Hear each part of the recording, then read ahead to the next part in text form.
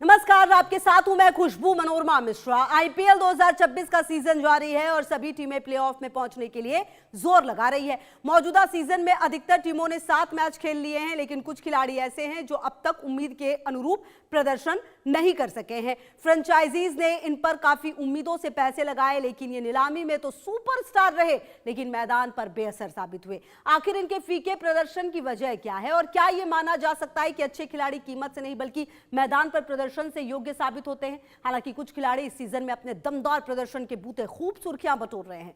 समझिए.com में आज चर्चा कुछ ऐसे ही खिलाड़ियों की जो महंगे खरीदे तो गए, लेकिन वो अपने प्रदर्शन की बदौलत कुछ कर नहीं पा रहे हैं।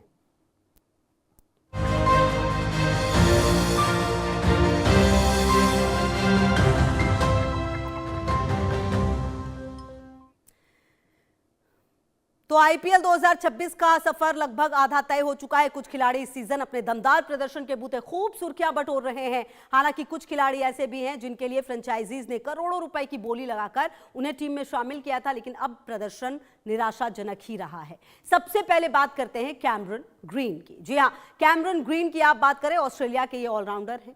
केकेआर ने 25.20 करोड़ रुपए खर्च किए इनके पीछे। अब इसके बाद जो प्रदर्शन है, कहीं ना कहीं वो भी आपको समझना होगा। अब तक 7 मुकाबलों में अपने प्रदर्शन से इन्होंने निराश कर दिया है। इसके अलावा अगर आप देखें अब बाकी के मैचों में किस तरह का प्रदर्शन होगा, ये देखना होगा। ग्रीन के बल्ले से 7 पारियों में 162 रन निकले हैं, 27 की औसत और 151 का स्ट्राइक रेट। तो कुल मिलाकर आप समझ सकते हैं कि इतना महंगा ही प्लेयर खरीदा गया, उसके मुकाबले किस तरीके का प्रदर्शन किया गया है, ये अपने आप में बताता है। यह हाल तब है जब उन्हें ज्यादातर बल्लेबाजी करने का मौका शीर्ष क्रम में मिला है। शुरुआती 4 मुकाबलों में ग्रीन पीठ की समस्या के कारण गेंदबाजी नहीं कर सके थे, जबकि आखिरी 3 मुकाबलों में गेंदबाजी करते हुए उन्होंने महज 1 विकेट निकाला है और उनका इकोनॉमी 14.16 का रहा है। तो कुल मिलाकर यह माना जाए इस तरह के प्रदर्शन के बाद कि आखिरकार इतने पैसे फ्रेंचाइजीज खर्च करती है, लेकिन हालात क्या। आप देखिए लियाम लिविंगस्टन, इनके बारे में अगर आप देखें, ये इंग्लैंड के बल्लेबाज हैं।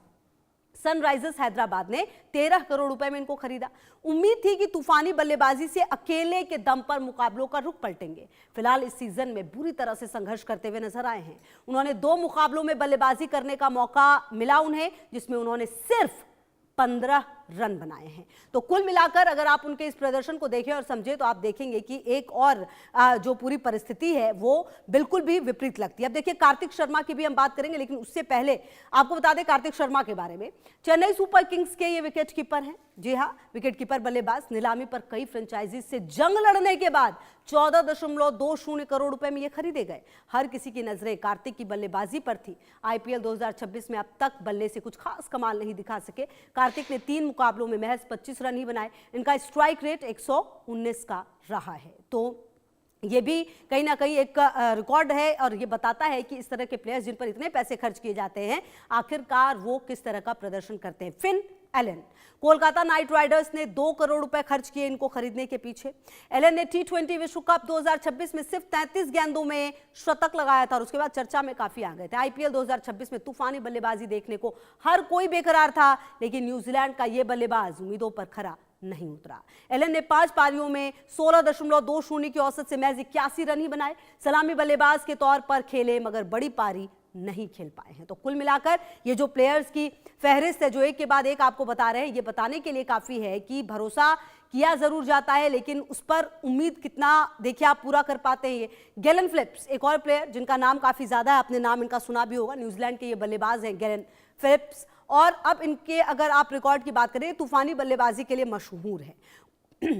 गुजरात टाइटंस ने 2 करोड़ रुपए में इनको खरीदा। अपने प्रदर्शन से उम्मीदों पर खरे नहीं उतर पाए। 6 मुकाबलों में 16.75 की औसत से 124 के स्ट्राइक रेट से खेलते हुए सिर्फ 67 रन बनाए हैं। हालांकि फील्डिंग में दम दिखा रहे हैं, लेकिन उम्मीद तो विस्फोटक बल्लेबाजी की थी। इन्हीं कारणों से इनकी टीम भी अंक तालिका में काफी पीछे चल रही है।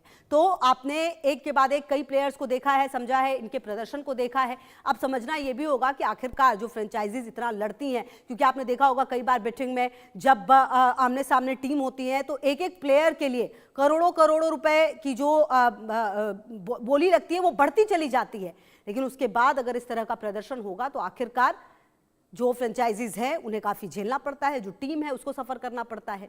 अब देखिए प्रशांत वीर प्रशांत वीर शुरुआती मैचों में बल्लेबाज के रूप में खेलने के बावजूद कोई बड़ा कमाल नहीं कर पाए हैं। इनमें एक भी ओवर गेंदबाजी नहीं कराई गई, जिससे टीम के फैसले पर सवाल उठे। जबकि इन्हें रविंद्र जडेजा के विकल्प और लोअर ऑर्डर हिटर के रूप में टीम में शामिल किया गया था। तो कुल मिलाकर प्रशांत वीर को भी अगर आप देखें तो उनको ऐसा मौका नहीं मिला। सीएसके ने 14.20 करोड़ रुपए में खरीदा। अभी तक टीम में स्थिर जगह नहीं है। हालांकि उन्होंने अभी तक 2 ही मैच खेले और एक मैच में 29 गेंद पर 43 रन बनाए हैं, जबकि डेब्यू मैच में 6 रन ही बना सके थे। प्रदर्शन नहीं करने की वजह अनुभव की कमी बताई जा रही है। बड़े मंच का दबाव भी फैक्टर माना जा रहा है। तो प्रशांत वीर के लिए कई सारे फैक्टर हैं जो यहाँ पर सामने आए हैं। बहरहाल अब देखना होगा कि क्या बाकी के मैच में, अब देखिए कोई भी अगर इस तरह का स्टार प्लेयर अगर नहीं चल पाता है तो उसकी वजह से पूरी टीम को झेलना पड़ता है, क्योंकि अगर आप सीएसके की भी स्थिति देखें तो वो ठीक नहीं है। अगर पूरे आईपीएल में भी आप देखें तो कुल मिलाकर टीम का पूरा प्रदर्शन जो है वो किसी भी टीम को जीत के करीब लेकर आता है। ये बात हर एक प्लेयर बहुत बेहतर तरीके से समझता और जानता है। ऐसे में अब ये जो प्लेयर्स हैं इन पर सवाल उठने लगे हैं। सवाल ये कि क्या आगे के जो प्रदर्शन इनके होंगे, जो बाकी के बचे मैच है, क्या उसमें इनकी जो वापसी है हो पाएगी? क्या इनसे जो उम्मीद की जा रही है, जो फ्रेंचाइजीज इनसे उम्मीद की थी करोड़ों करोड़ों रुपए में इनको खरीदकर, क्या टीम को ये दे पाएंगे? या फिर सवाल ये उठता है कि इतना बड़ा जो किया गया है इन पर इन्वेस्टमेंट वो बेकार जाएगा। मतीशा पथिराना केकेआर ने 18 करोड़ रुपए में खरीदा है। चोट के कारण सीजन के शुरुआती मैचों में ये उपलब्ध नहीं हो पाए। चोट उन्हें फरवरी 2026 में T20 वर्ल्ड कप के दौरान लग गई थी। अब फिटनेस टेस्ट पास कर चुके हैं, जल्दी प्लेइंग 11 में नजर आ सकते हैं। लेकिन पैसे खर्च करने के बावजूद जिस तरीके से टीम के काम ये नहीं आए, अभी टीम का प्रदर्शन इस कारण काफी निम्न स्तर का है। जैसा कि हमने पहले भी आपको बताया, टीम का प्रदर्शन पूरा को पूरा निर्भर यह करता है कि हर एक प्लेयर अच्छा प्रदर्शन करे। अगर वो नहीं कर पाएगा तो फिर कहीं ना कहीं जो स्थिति है वो टीम की अच्छी नहीं होगी। और ये लगभग देखा गया है, हर मैच में देखा जा रहा है कि जिस टीम के सारे प्लेयर्स अच्छा प्रदर्शन कर रहे हैं वही टीम टॉप पर पहुंचती हुई नजर आ रही है। और कहीं ना कहीं नाम बड़े और दर्शन छोटे, ये वाली स्थिति भी नजर आ रही है कि जिन प्लेयर्स का इतना ज्यादा नाम था, जिन प्लेयर्स को इतने पैसे देकर टीमों ने खरीदा, उनका प्रदर्शन अब सवालों के घेरे में जरूर नजर आ रहा है। अब देखना यह है कि अभी, हालांकि देखिए अभी सफर लंबा है, ऐसा नहीं है, आईपीएल में पूरे मौके मिलते हैं, लेकिन कहीं इतनी भी देर ना हो जाए कि कहा जाए कि बहुत देर हो गई अब तो आने में, और शायद वो जो टीम है फिर उसको उसका लाभ ना मिल पाए, ये भी देखना होगा। अब देखिए वेंकटेश अय्यर की बात कर लेते हैं। पथिराना के बाद वेंकटेश अय्यर कभी केकेआर ने 23.75 करोड़ रुपए में खरीदा था। जी हां, इस साल आरसीबी ने 7 करोड़ में खरीदा। 70% कीमत गिर गई। इस साल अब तक एक ही मैच खेले हैं। इस मैच में 15 गेंद में 29 रन इन्होंने बनाए। टीम ज्यादा विश्वास करती इन पर नजर नहीं आ रही है। तो देखिए एक वक्त में जब केकेआर ने 23 करोड़ से ज्यादा में खरीदा, अब वो जो प्राइस है वो 7 करोड़ तक आ गई है। और अभी भी टीम बहुत भरोसा नहीं करी, क्योंकि एक ही मैच खिला है, 15 गेंदों में 29 रन इन्होंने बनाए हैं वेंकटेश अय्यर ने, और भरोसा बहुत ज्यादा टीम इन पर अभी फिलहाल करती हुई नजर नहीं आ रही। हालांकि देखिए समय बीतेगा, शायद इनको कुछ और मौके मिल पाए, देख पाए इनको मौके देखते हुए जब जरूरत पड़ेगी। बहरहाल अभी तक ऐसा प्रदर्शन नजर नहीं आ रहा है जिसके बाद इन पर टीम ज्यादा भरोसा कर पाएगी। बहरहाल अब देखिए तमाम टीमों में कुछ ना कुछ ऐसे प्लेयर्स हैं। निकोलस पूरन, एलएसजी ने 21 करोड़ में रिटर्न किया था इनको, और भारी रिटेंशन राशि के बावजूद निराशाजनक प्रदर्शन रहा है। 7 मैचों में, जी हां 7 मैचों में केवल 73 रन बनाए हैं। कई मैचों में वो सस्ते में आउट हो गए हैं। पूरन आपको बता दें आक्रामक बल्लेबाजी के लिए जाने जाते हैं, लेकिन सीजन में उनका स्ट्राइक रेट 82.02 का रहा है।